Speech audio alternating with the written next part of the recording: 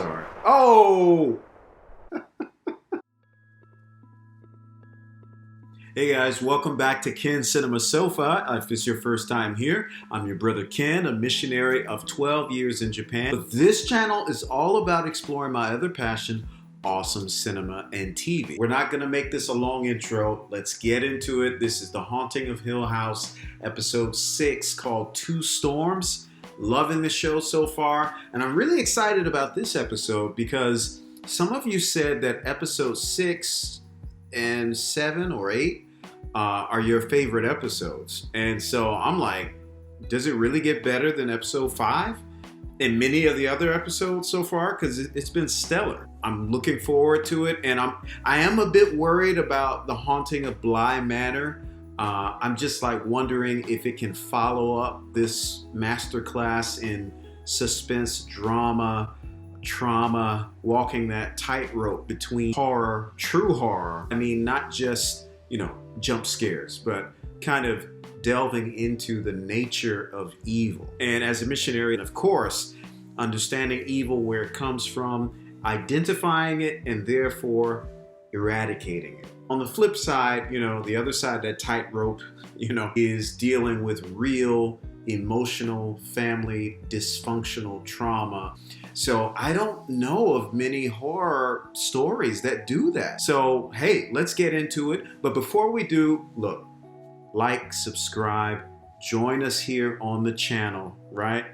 Drop whatever recommendations or comments you want. I read them, I look at them. I'm not that big a channel yet. So tonight I got, it's been a while since I've had a really nice Japanese meal. So we've got the chicken katsu, which is basically sliced chicken and breaded with some sliced pork and some tsukemono, which are pickles.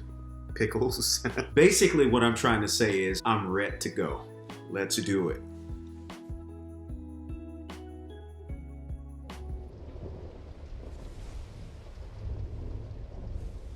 So we're back to this, huh? Never good when there's a thunderstorm out. They always say that they look like they're sleeping. Oh, okay. I thought she was going to say the same thing. She looks dead. Man. What people say at a funeral is a wish. They're in a better place. They're at peace. I mean, when she got here, how did she look? Are you really asking? No.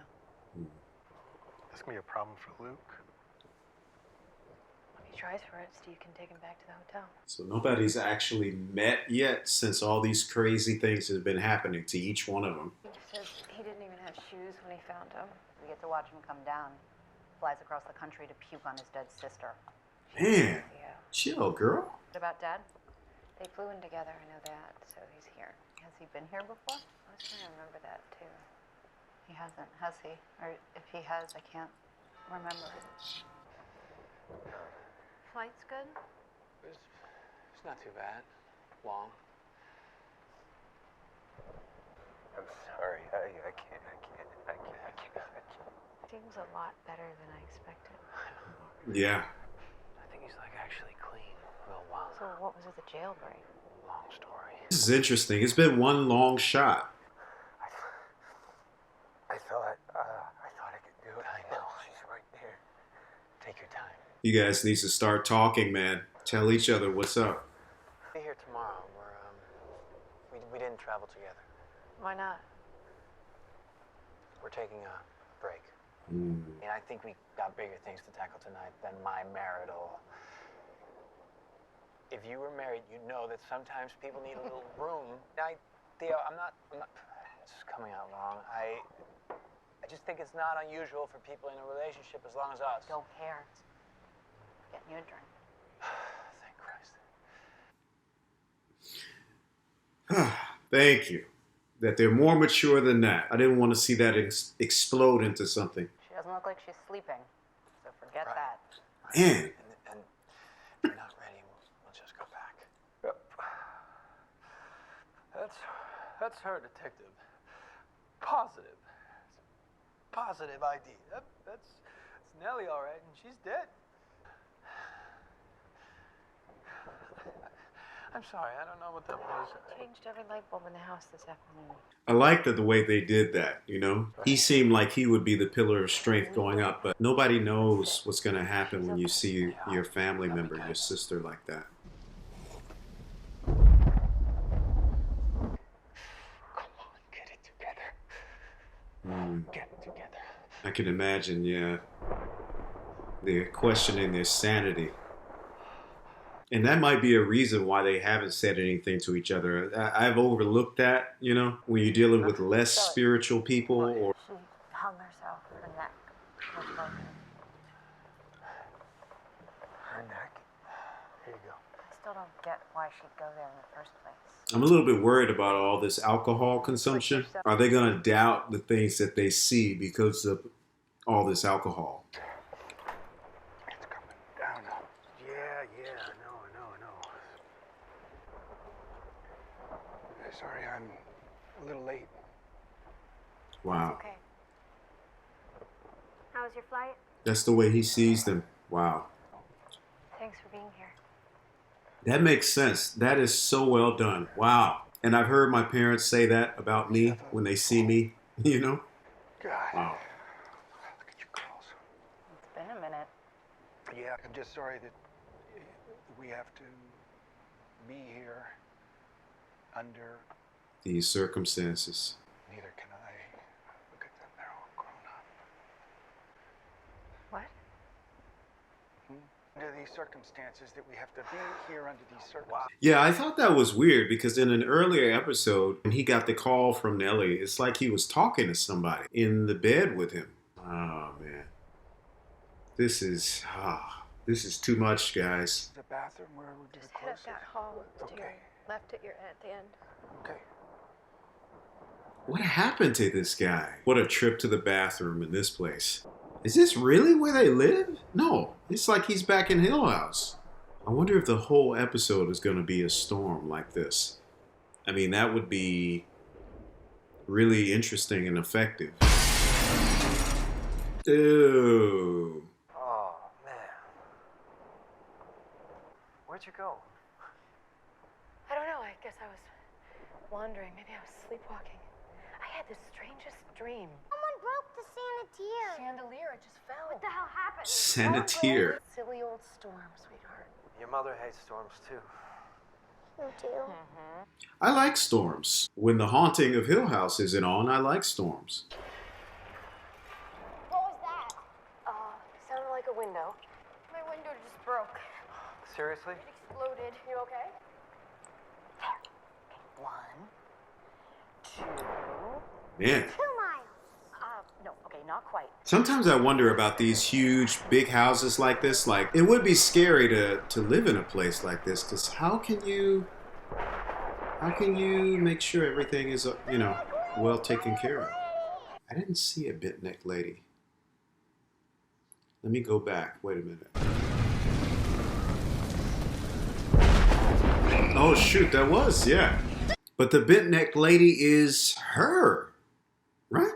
I was a life scout, and it was such a bad storm that we took our packs and we tied them to the trees to keep them from washing away.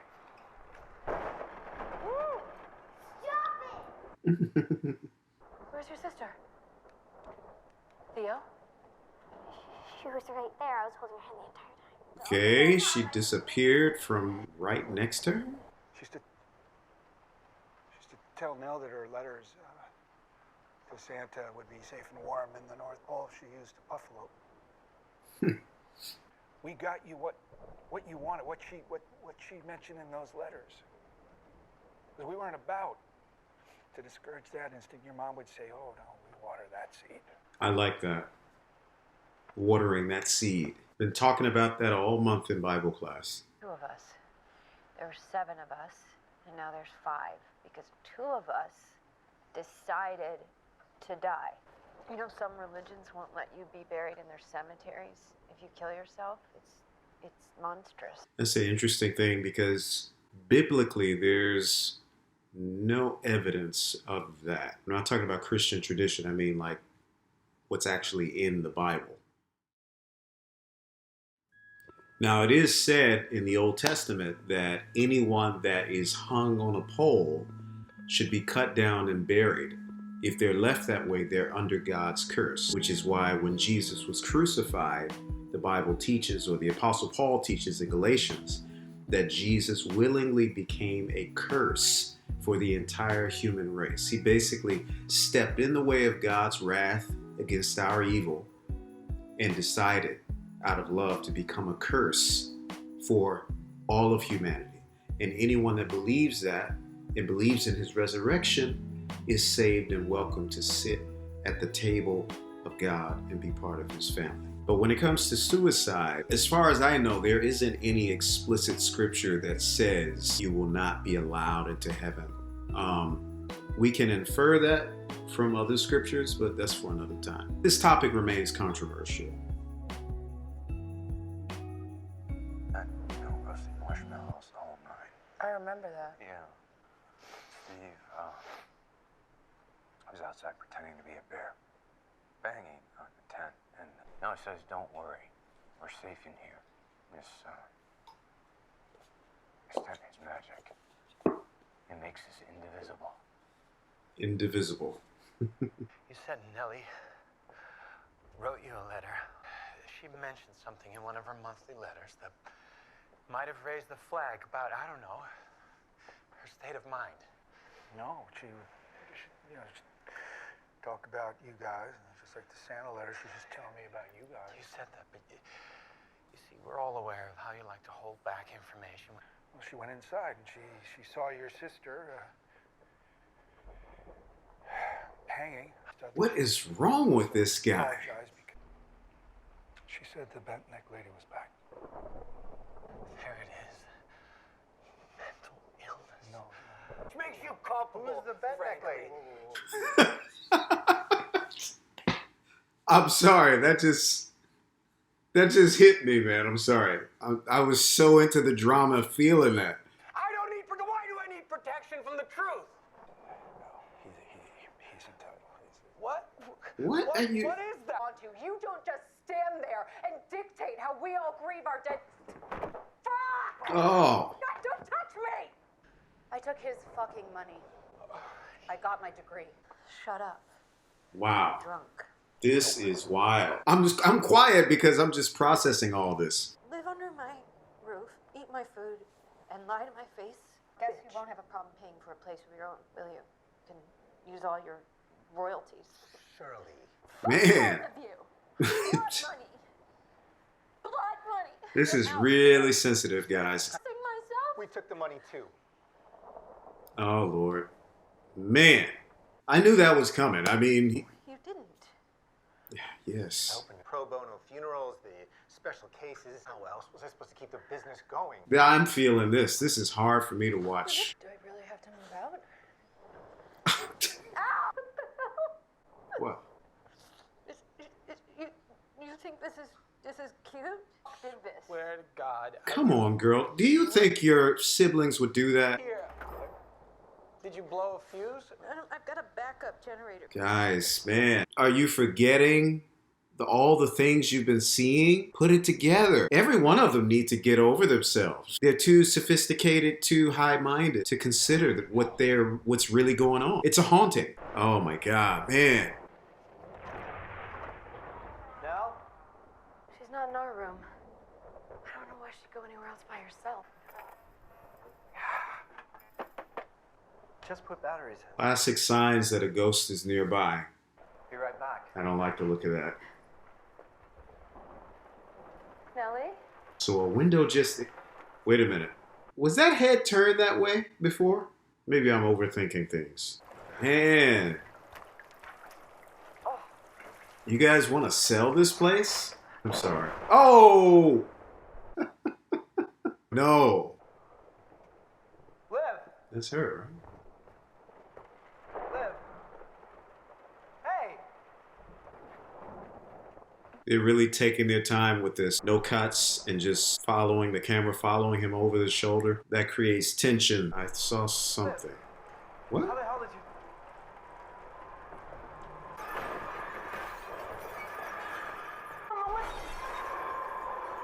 Jesus Christ! Okay, is this the first time the father has seen anything like that? Supernatural? What the hell? Are you okay? I think so. I looked in the rooms, but she wasn't. Slow down. Even I saw it. I think it was a big dog. It ran right through here toward the kitchen. What is wrong with this house? I need to know, like, what is the root of this issue? I know that she liked buttons. Who do you think did this? None of us. You probably know that already, don't you? Ben Neckley, you think she was? I mean, this whole time. Yeah. The Makes rest no of the sense. block's fine. It's just us. For real? Ellie didn't kill herself. Nell didn't kill herself, the house did. You don't understand Hill House, Steve. You never did. Nell and Luke, they could see its face clearer than you Jesus, kids. And Dad. your mother saw it too. You're the ghost. You are, Dad. You're the spectral presence. Come on, Steve. Oh, guys, that the wrong parent died.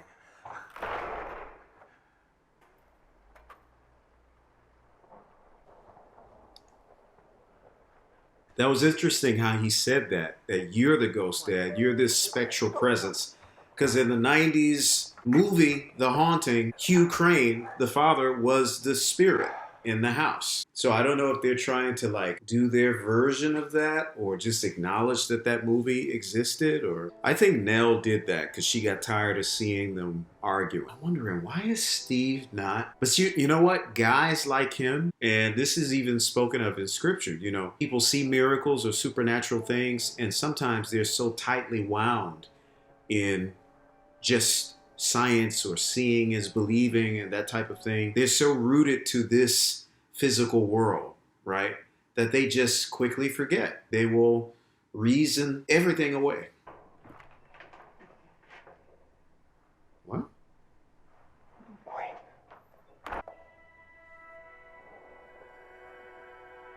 Now, who is this? This is the second time I've seen this guy. Where did you go?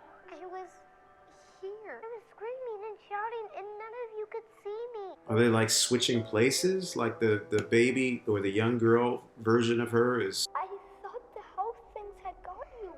I thought they took you. I was right here the whole time.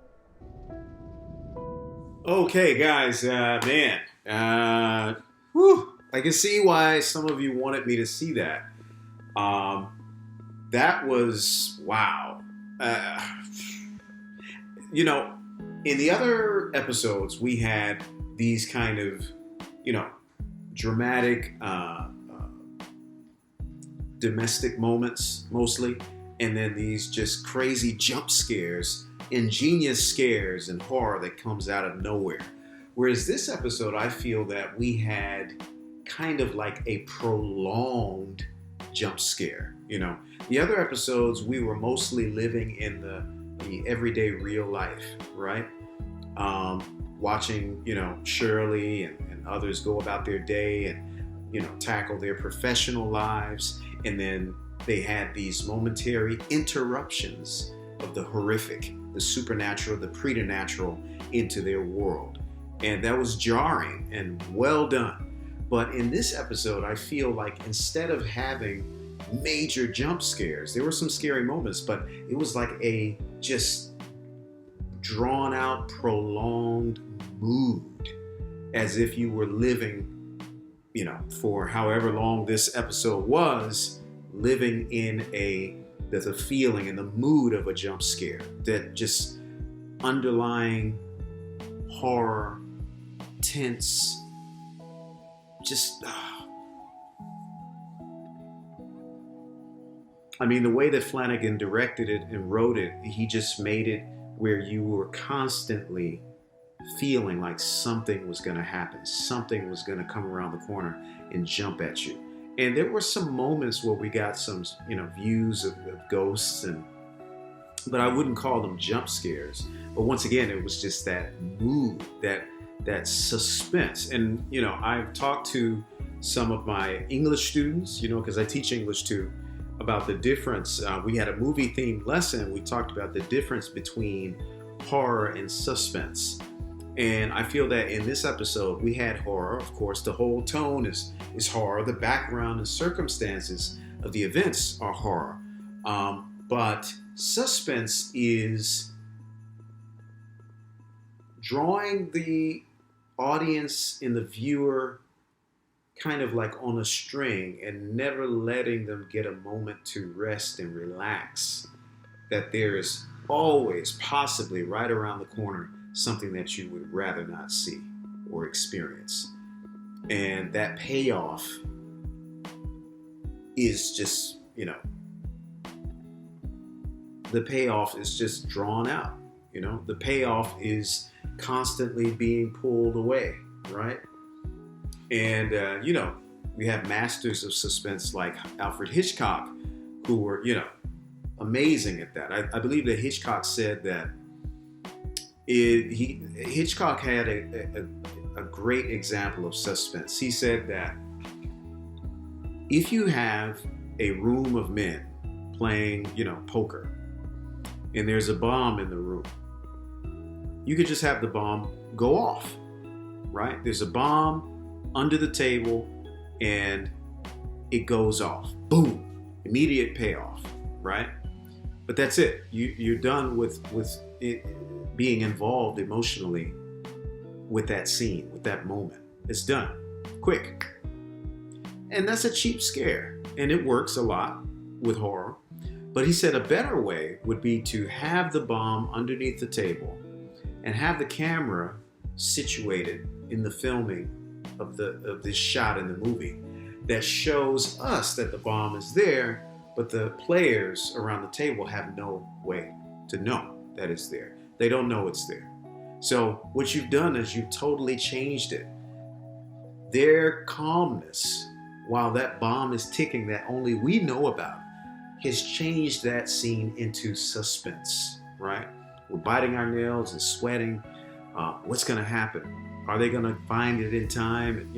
So this episode classically dropped us into the middle of, I feel, an ongoing 50-minute jump scare. The other side of this episode that was, I think, equally is unnerving is just, the family drama and the dealing with trauma.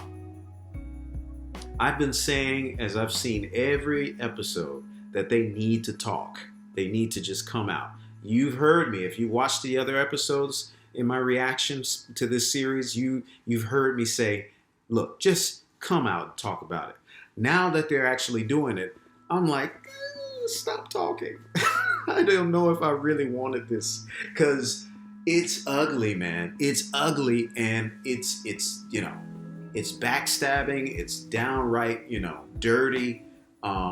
Not talking about physically or anything, but when families get together, it's like a Thanksgiving or a Christmas, and all these old wounds are reopened, but that is part of being a family, and that's part of healing from trauma, is to come out and deal directly with the issues, with the problems.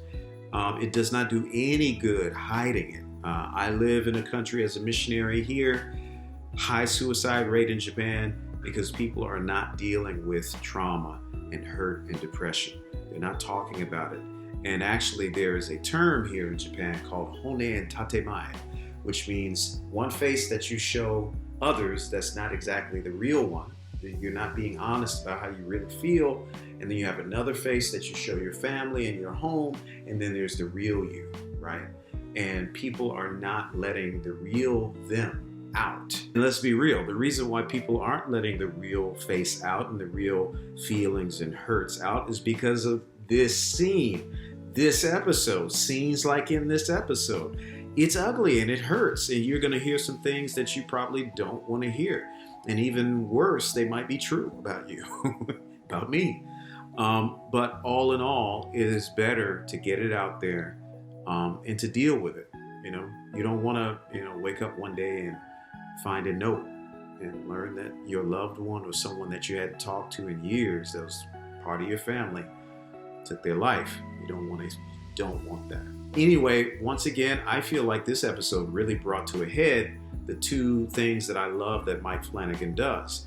Ingenious horror, artistically shot, well crafted, and at the same time dealing with trauma and family issues and human questions about existence, right? Existentialism. And they just really dealt with it. They really went all in with this, right? In this episode. So anyway, onward and upwards. I'm trying to psych myself up, you know. Woo. I don't know. I might watch some. I'm going to pray tonight. I'm going to pray. I pray every night. I'm going to be praying and reading my Bible before I go to sleep tonight. Definitely. Anyway, that was it. If you like my reaction, give me a thumbs up. If you didn't like it, feel free to give me a thumbs down. I hope I'll see you next time on the sofa. God bless you wherever you are in the world.